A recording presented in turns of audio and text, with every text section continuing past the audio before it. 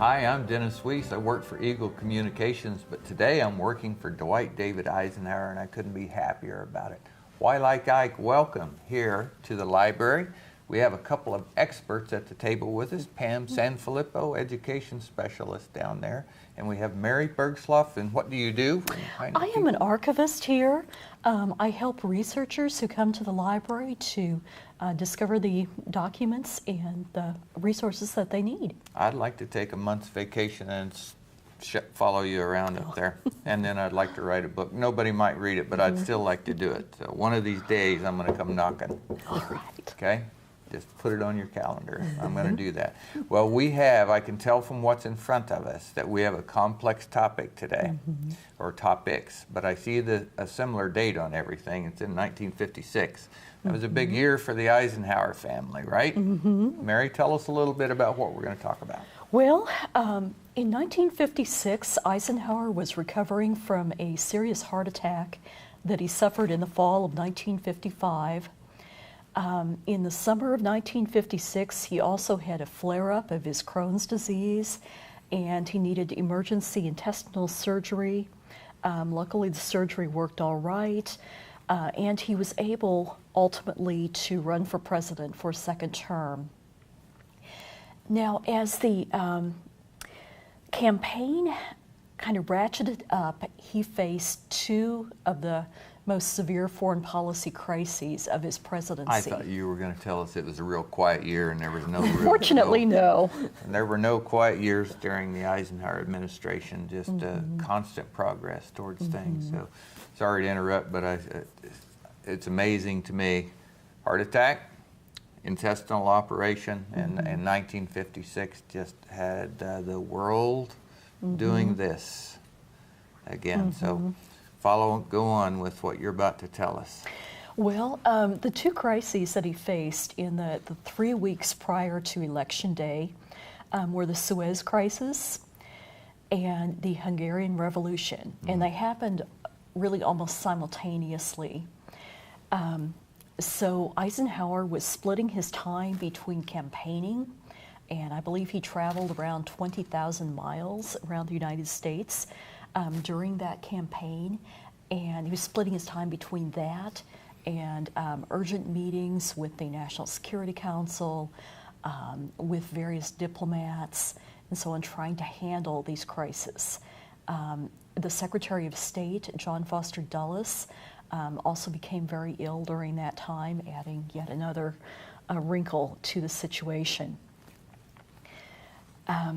May I join in? Sure. I think of, as I listen to the experts talk here, I always wonder to myself, okay, which saying did we just talk about that the majority of people don't know anything about? And I would guess of the two topics of the things that were going on, people have heard of the Suez Canal. They might not be familiar with what we're about to talk to about it, but I'll bet there is a minority about this high that know anything about something called the Hungarian Revolution and or the crisis, if you will.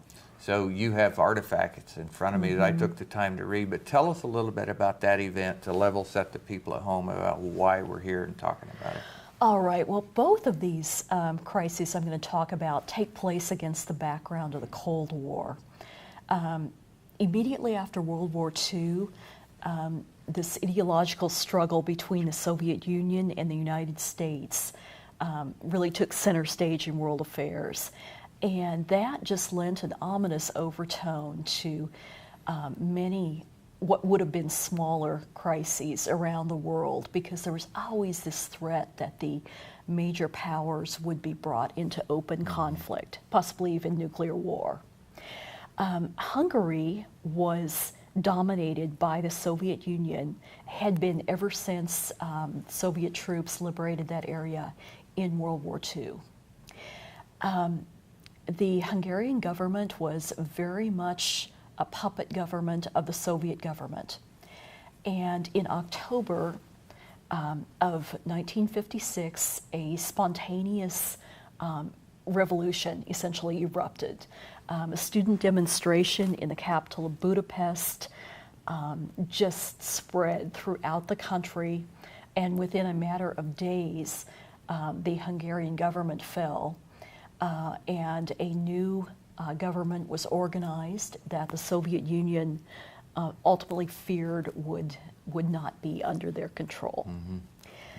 And that Hungarian Revolution, as it was called, though it was very short-lived, was seen with great excitement in the West, because here we have this satellite nation of the Soviet Union kind of throwing off its shackles, saying they're going to embrace democracy, they're going to hold free elections. Right here we have a sampler that someone sent to Dwight Eisenhower. It says, "Freedom for Hungary, for the liberation." Pray and work for the liberation from Yes. slavery. Yes, and that really encapsulates the thoughts of many, many Hungarians in the United States, and people of all ethnicities, really. You know, we have many times had the opportunity to look at material here and to talk to the experts about it, and we're blessed that the education person who sits here, Pam, works with these young people, and so I'm going to relate to what I see, and that topic again. Not many people could sit down at a coffee shop and have a conversation about 1956 in Hungary and the Hungarian Revolution. But I think the thing that I want to start at to try to put a bridge across the understanding gap between you and them is this. Dwight David Eisenhower had no illusions about the Soviet Union. He had no illusions about Mr. Stalin when he sent the troops. You used the word to liberate Hungary. They never really liberated anything. They just took it over. Dwight David Eisenhower didn't have any illusions about that. But we, the public, back then and still today, we don't see the details of those things or have that intimate understanding and how valuable it is to the people behind the lens and their kids that this history is here, and you experts are here to walk them through this in either research or education classes, that if somebody's interested in this, they can fuel their passion to know here at the library. What a tremendous opportunity that is. This doesn't exist in too many places in the world, Pam. No, it doesn't. And you know, throughout this crisis, I mean, it's right before the presidential election. People are still wondering, with Eisenhower's health issues, is he really the guy we want to elect for another 4 years? Is he going to be able to handle it stress-wise, health-wise? And his way of handling this, you know, was not to immediately send in troops. He didn't want to start another world war, and so he condemned what the Soviets had done by invading Hungary to try and recapture the country, but he chose not to aid the Hungarian government, but to aid the refugees and bring them out of again, just to look at the realism and the genius of organizational thought that Eisenhower was. He had an unsolvable problem, but that didn't mean do nothing with it. You know, his choice was, again, for the displaced persons, and we've had this conversation on camera many times, that the guy who created the idea of dealing with displaced persons from war, Dwight David Eisenhower, showed us how to do that, and we still use the model today. But he could take care of the refugees, and that is something that he acted on and did. In 56. So. And his handling of this crisis, as well as the Suez Canal crisis, convinced people that, we want him in office another 4 years. You know, I'm sure Dave has either gotten or will get some shots of the political cartoons on either side of our table.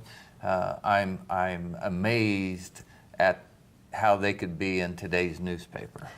You know, that one over there says the farm policy. It says the farm program, foreign policy, politics, and one more. I don't remember either. Say it. Stock market. And today, right in the newspaper. Over here, it's the Democrats and a Republican being their mascots, being forced to befriend each other, and it says, "Aren't we glad you've got him?" And it says, "With my admiration," from the artist. And the book that's lying there is Middle East in Turmoil. Could be in the newspaper today, but with a different picture.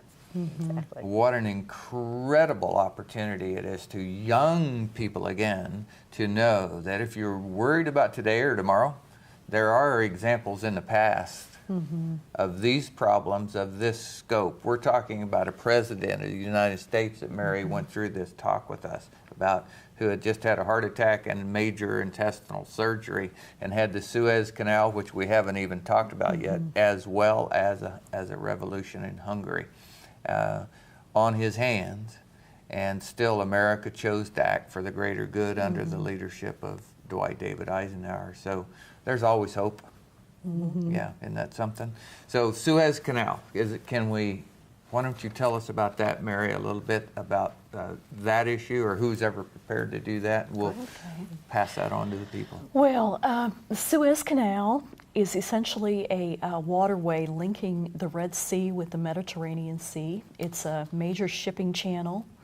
The current Suez Canal was actually completed in, I believe, 1869. In 1956, it was jointly owned by Britain and by France. And the Suez Canal crisis began actually in June of '56 when Nasser of Egypt nationalized the canal. He did offer to compensate Britain and France for the loss of the canal, but neither of those nations was pleased with this. And Eisenhower attempted to broker a solution that would be acceptable to everyone, but in the short term at least, that failed. And in October, I should say, in late October of 1956, Britain and France, who had been in secret communication with Israel, conceived of a plan whereby Israel would invade the Sinai Peninsula, and then Britain and France would send troops to protect the canal, as I said. And this, in fact, happened.